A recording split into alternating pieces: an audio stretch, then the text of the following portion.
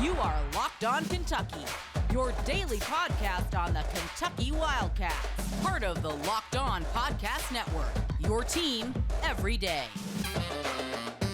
All right, what's going on, Big Blue Nation? Welcome on into Locked On Kentucky, your daily Kentucky Wildcats podcast. I'm your host, Lance Dawe, writer for USA Today for various SEC-related things, but on this podcast specifically, we take a dive into all things Kentucky athletics. On today's episode, we are going to be recapping Kentucky basketball's 82-74 win over the Mississippi State Bulldogs. We were so close. I was so close to calling the final score of this game. So it was 82-74. My final score prediction was 84-73. I didn't think that it would take overtime to win this game, but the Wildcats eventually did get it done. We're going to talk about the first half in the first few minutes here. We're going to talk about the second half, and then we're going to have some final thoughts, and we're going to go over the parameters, ask the question, did Kentucky do the four things that I think they need to do to typically win a basketball game? So let's go ahead and get into it. The first half, very aggressive play styles from both teams early.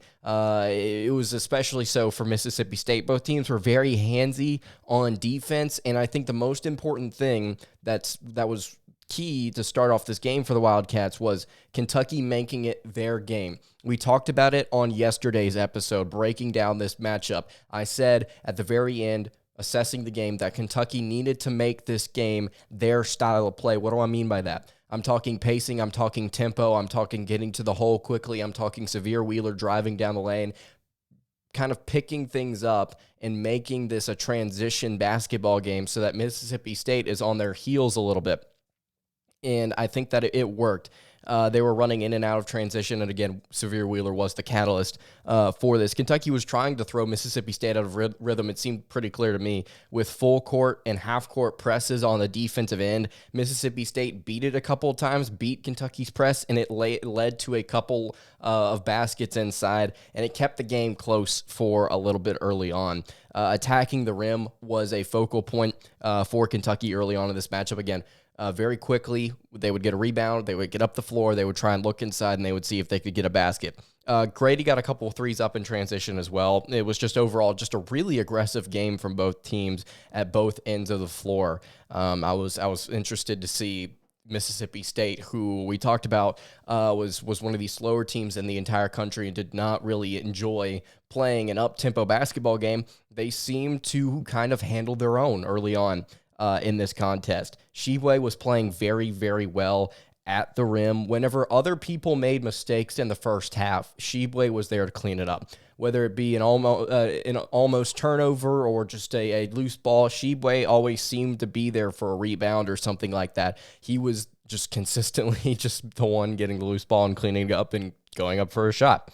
Mississippi State also got to the free throw line quite a bit early on in this game, and honestly, after seeing the game, I would much rather put Mississippi State on the free throw line some of the time than let them take shots at the rim all the time, because we got to see them do a little bit of both in the second half. And we'll talk about the overall numbers here later on in the show, but it came to fruition, that statement. I was like, I would much rather put Mississippi State on the free throw line and make them beat us that way than actually let them just take shots at the rim at will. And as it turned out, Mississippi State could not knock down free throws, and in my opinion, it was one of the major reasons why that they eventually lost this game. Pacing slowed down a little bit after the 14-minute mark in the first half, but overall the tempo was higher than what I would expect Mississippi State being comfortable playing.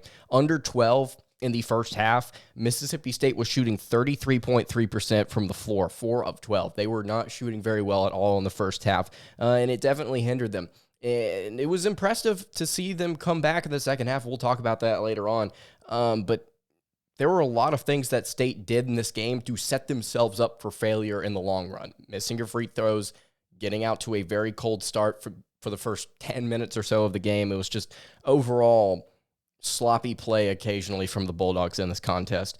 And Mississippi State at the end of the first half, I said they were shooting 33.3% from the floor under 12. Well, they were shooting 30% from the floor at the end of the half. They couldn't buy a bucket. They were 8 of 27 from the field. Just simply not a good shooting day in the first half. Now, it was good in the second. We'll talk about that in just a little bit. As the game progressed in the first half, and as the minutes kind of dwindled down there, the pacing slowed down, and it was not good for Kentucky. They got up, and then it was a 13-point lead, and then it got down to like 8, and then Kentucky moved it back up to 13 points because the last minute of the first half was just crazy frenetic. It was just back and forth, back and forth, back and forth. 37-24 was the score at the half. We're going to talk about the second half here and what I saw from the Kentucky Wildcats in just a second. But before we do that, I want to tell you guys about our friends at Get Upside. All right, Kentucky fans, let me tell you about this incredible app everyone who buys gas needs to know about. Get Upside. If you have Get Upside, as all Locked On Kentucky listeners should, then you will be making up to 25 cents for every gallon of gas every time you fill up. Just download the free Get Upside app in the App Store or Google Play right now and use promo code SCORE and get a bonus 25 cents per gallon on your first fill up. That's up to 50 cents cash back. Don't pay full price at the pump anymore. Get cash back using Get Upside. Just download the app for free and use promo code SCORE to get up to 50 cents a gallon cash back on your first tank. Some people who drive a lot are making as much as $200 to $300 a month on cash back, and there's no catch. The cash back gets added right to your account. You can cash out anytime to your bank account, PayPal, or an e-gift card or Amazon gift card or other brands. Just download the free Get Upside app and use promo code SCORE to get up to 50 cents a gallon cash back on your first tank. Again, that is code SCORE.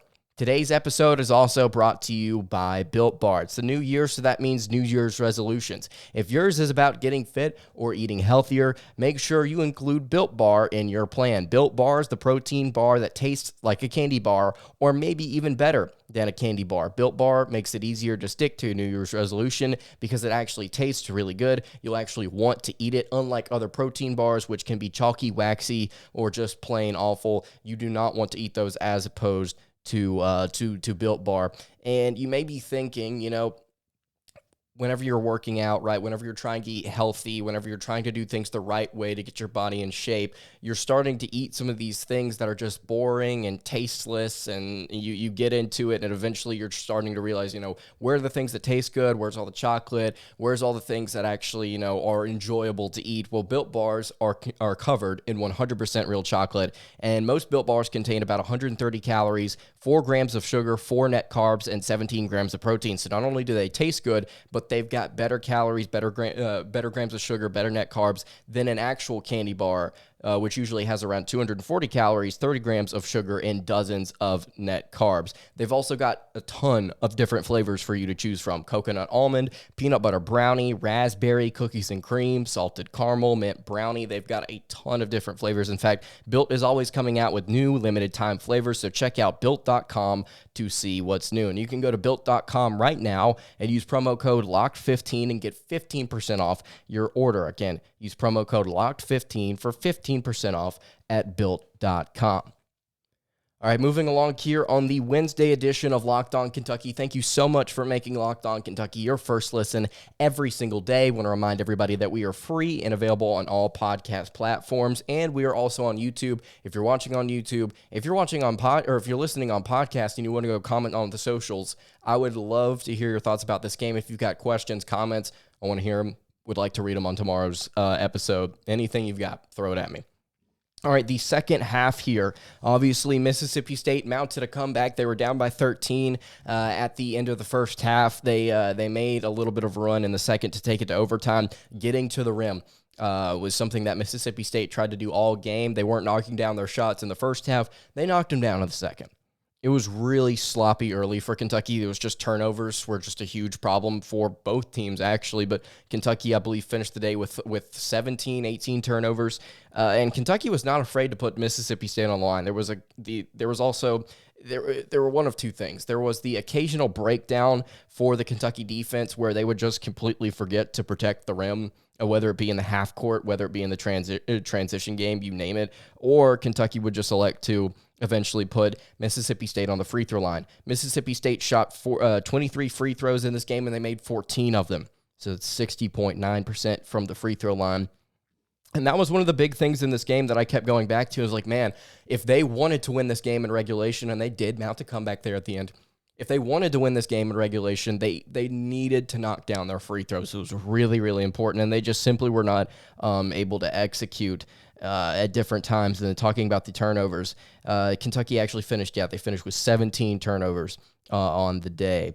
Again, whenever other people were making mistakes, Oscar Tshiebwe was just kind of the consistent factor.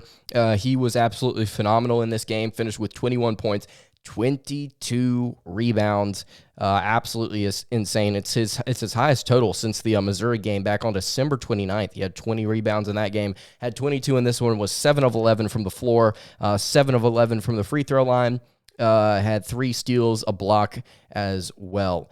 7 offensive rebounds out of those 22. Very impressive stuff from Oscar Tshiebwe. Lance Ware, somebody that I kind of criticized a few games ago whenever we were doing a recap, just talking about how he needs to be more efficient with his minutes. Well, he came in and he played 8 minutes in this contest. He had 2 points, made his only shot that he took, 4 rebounds, an assist, and honestly, I was very, very, very pleased with the fight that I saw from Lance Ware. There were a couple of times where he wasn't able to grab a rebound, but he was playing very physical on the interior. I absolutely loved the energy and the fight that I saw from Lance Ware. Points came easier in the second half for Mississippi State. The game sped back up, and Kentucky was just simply blanking mentally with their interior defense. It was just kind of odd to see. It's like, okay, we've gotten into a possession. We're trying to work it down, and there's just a lapse, and there's a wide open layup for Mississippi State or a dunk or something like that. It was just consistently kind of chipping back into the game. Kentucky was turning the ball over. The pacing was starting to speed up, and Mississippi State was starting to feel themselves. They were starting to really get into a rhythm, and Kentucky just simply kind of slowly let off the gas. Turnovers and fouls is what I had written down on my notes. Kentucky also has a really hard time getting to the free throw line. Now, I believe they finished the game with 23 free throw attempts, but a lot of that had to do with the fact that Mississippi State was fouling late in order to try and actually get back into the game. At one point late, like with 5 or 6 minutes left, Kentucky had shot like 9 free throws. Just tells you what happened late. But Kentucky over these past 2 games, and really the entire season, one of the worst teams in the SEC, and getting to the free throw line. We did not see them really get to the charity stripe until late in this contest. It went from a 13-point game to a 4-point game under 8. And Kentucky, again, what I put down is just consistently not protecting the rim. And one of the guys that really stepped up for Mississippi State, believe it or not, one of the best players of the game was not one of their forwards. Tolu Smith was out in this game. I missed that. He was one of the players that we highlighted. He did not play in this game. But it was not one of their forwards that played really well. It was their guard, Iverson Molinar. So we cited him as one of the 3 key contributors. Averages 17.7 points per game. He had 30 points. Only took 3 threes, missed them all. He was 13 of 21 from the floor. And get this, he didn't have just 30 points. He had 3 rebounds, 3 assists, 3 steals, and 2 blocks. Dude did a little bit of everything for the Bulldogs. Played very, very hard, and was the recipient of a lot of passes inside for easy layups in the second half. Brooks stopped the bleeding after Mississippi State had really chipped it down to like a 2-point game. Keon Brooks did. And then Shaquille Moore, guard for Mississippi State, hit a 3, cut it to 1, less than 5 minutes left. And honestly, the threes that Mississippi State took in this game, if you look at the shot chart, whether it be on ESPN or CBS, it's like the couple that Shaquille Moore took and the Bulldogs took, I mean, they were just straight on. Literally at the very top of the key, and you would think that after a little bit, Kentucky would have adjusted and said, okay, let's see if we can guard one of the easiest threes to hit on the court. And that's not me being smart aleck, it's genuine. Mississippi State didn't hit a lot of threes in this game. They were 6 of 19, but it was one of the things that aided them in the comeback. And so I was just sitting there thinking, okay, eventually Kentucky's going to try and pick up on this, and they're going to try and shut that down and make them take a more difficult 3, but it didn't happen. Kellan Grady could not hit. I put down in my notes, Kellan Grady couldn't hit in this game. That eventually proved to be false, and we'll get to that in just a little bit. But Kellan Grady, for the majority of this contest, was struggling from outside, and then he picked it up later on. Under 4, it was getting tied at 64. Tshiebwe tried to take over to late. Again, like I mentioned, he finished with 21 points, and there was a stretch there where Kentucky went to him on back-to-back possessions, and there were some good things that happened, but Mississippi State just shot the ball well in the second half. So I mentioned that they were shooting 30.8% from the floor at the end of the first half. They ended up shooting 42.9%. So literally just about a 12% increase in the second half. After the second half, just really impressive the way that Mississippi State just became really efficient on offense all of a sudden. Again, Iverson Molinar was a big part of that late to kind of help them rally to take the game to overtime. And this is something that I put down in my notes, and I've said this twice already. If Mississippi State had made their free throws in regulation, they would have won this game. They shot well from the floor, but could not make their free throws. And that ended up coming back to bite them because whenever the team got to overtime, they completely shut down. They scored 2 points as opposed to Kentucky's 10. And Kellan Grady, the man that I said was not hitting at all in regulation, finished with 18 points and had 2 clutch threes in the overtime period. 7 of 16 from the floor, 4 of 11 from 3 was Kellan Grady. And yeah, he wanted to go home and go to sleep. And I honestly couldn't blame him. It was getting really late. And props to Kellan Grady for coming up clutch in the overtime period.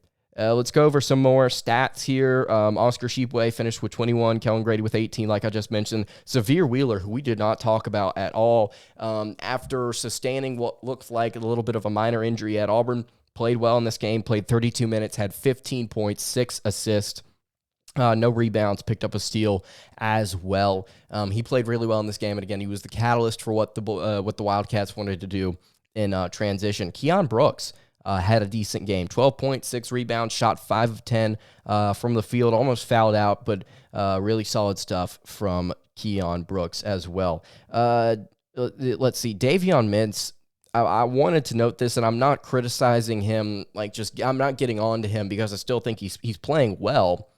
But he's kind of cooled off here after having a stretch of 6 straight games where he was playing very well. He's scored 4 points tonight. He scored 5 points against Auburn. He's kind of gotten into a little bit of a shooting slump. Was 2 of 9 from the floor, 0 of 3 in this game. And honestly, you're not going to get perfection every single game. I believe I even said that before the Auburn game. Is like Davion Mintz is eventually going to cool off, right?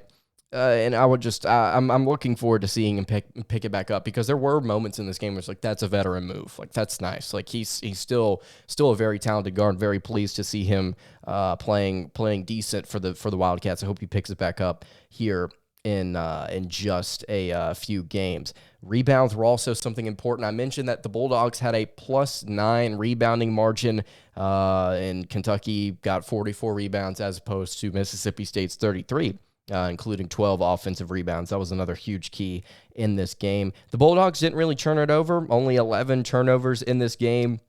Both teams got 10 points apiece off of turnovers and a lot of fouls, 19 for Mississippi State, 20 for the Kentucky Wildcats. And so, yeah, that's how the game went. Mississippi State eventually just kind of tried to claw back in and then just completely fell flat on their face when the overtime period hit, and Kellan Grady was able to clutch it out. So we're going to talk about some final things here to wrap the show up in just a second. But before we do that, I want to tell you guys about our friends at BetOnline. BetOnline would like to wish you a happy new betting year as we continue our march through the playoffs and beyond. BetOnline remains the #1 spot for all the best sports wagering action for 2022. It's a new year and a new updated desktop and mobile website so that you can go and sign up today and receive your 50% welcome bonus on your first deposit. Just head over to betonline.ag right now and use promo code LOCKEDON to get started. From football, basketball, hockey, boxing, and UFC,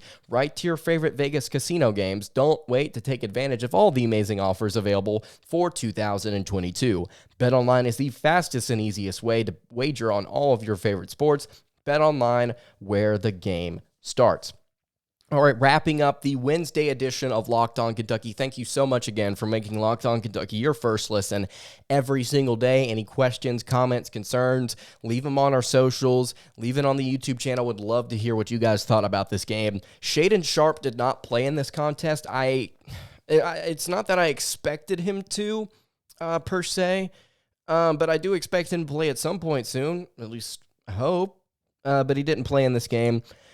And I jokingly said on Twitter right before it went to overtime, I was like, this is the perfect time to put Shaden in. Yeah, let's see if we could get him some minutes. But he did not play in this game, and it was a little disappointing. All right, the 4 parameters for Kentucky Wildcat wins. We're going to go over them here real quick. Did Kentucky, number 1, shoot the ball well? Well, they shot 47% from the floor. They shot 26% from 3. That's not going to cut it from 3. But overall, especially in the first half, Kentucky was shooting really well from the floor. So I'm not mad at 47%. I mean, that's decent. I'll say sure. I mean, they barely did it, but they shot well from the floor. Did they have decent shot selection? Yeah, I believe they did. And Kellan Grady had some open looks from 3, and he just simply couldn't knock him down. At least for the majority of regulation, he couldn't. And you know what? That's okay. I think there were times in this game where it's like, oh man, we could have had that one. It just simply didn't go in the hole. So I think it was a decent shot selection day from Kentucky. Can the Wildcats play well in transition?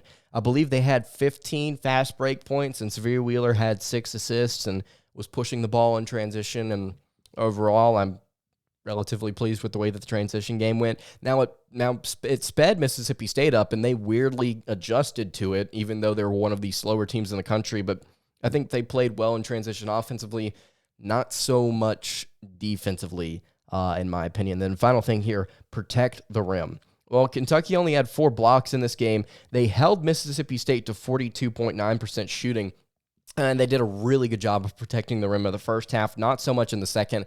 And so that's kind of like they did for 20 minutes in this contest. And then overall, I just don't think that the defensive intensity was there. Well, I wouldn't necessarily say the intensity. It's just they just had mental blips in the second half where it's, again, like I mentioned a few minutes ago, it's like you work yourself into a possession. It looks like you might be able to get a stop. And instead of guarding what would have been a contested shot, you leave a pass open for an open layup. That is just, again, we talked about it on yesterday's show. This Bulldogs team likes to get as many high percentage looks as they possibly can. They don't like to take a lot of threes. They like to get looks at the rim, and they certainly executed on the offensive end. It was impressive to see Mississippi State come back, but eventually it just simply was not enough. So overall, I think when you look at the parameters, I think Kentucky, for the most part, did what they needed to do. It was an overtime win. It was a close game. So, honestly, props to Kentucky for pulling it out after not having, I would say, the most impressive game. I mean, they still scored 82 points. And again, it's going to be great whenever I eventually get one of these final scores correct. But it was not this game, but it was close. The next game that Kentucky plays, and boy howdy, we're going to have a fun one previewing and recapping this game. The Wildcats are going to number 5 Kansas on Saturday. It's at 5 o'clock. ESPN will be broadcasting it. It's the SEC Big 12 Challenge. It's going to be a lot of fun. I wanted to note this here about the Kansas Jayhawks. Their last 3 games have been incredibly close. And really, when you look at their schedule, it's 4 out of their last 5, and they've consistently played in really tight contests this season. So they beat Oklahoma on the road by 3. Then they went on the road and beat Kansas State by 3, and they got hosed, or the Kansas State Wildcats got hosed in that game. Great officiating. And then this past game on Monday, probably the game of the year, they beat Texas Tech at home 94-91 in double overtime. A lot of close contests. I'm going to go ahead and say it right here. I think that if Kentucky's able to make it a tight game, they win it. I think that Kansas is not going to be able to win close games forever, and I think that the Wildcats are building some momentum heading into this contest. I just wanted to point that out, that Kansas is not necessarily playing like the best basketball of their season, but they're playing the way that they need to, especially later on when they make the tournament in March. It's just I just think that eventually they're going to run into a team that's not going to allow them to win a very, very tight game. I think that team's Kentucky. All right, that's going to do it for today's episode of Locked On Kentucky. You can follow the show on Twitter at LockedOnUK. You can follow me on Twitter at @LanceDawe_, and you can follow the show on Instagram at Kentucky Podcast. I will see you all tomorrow for another episode. Have a good day, and God bless.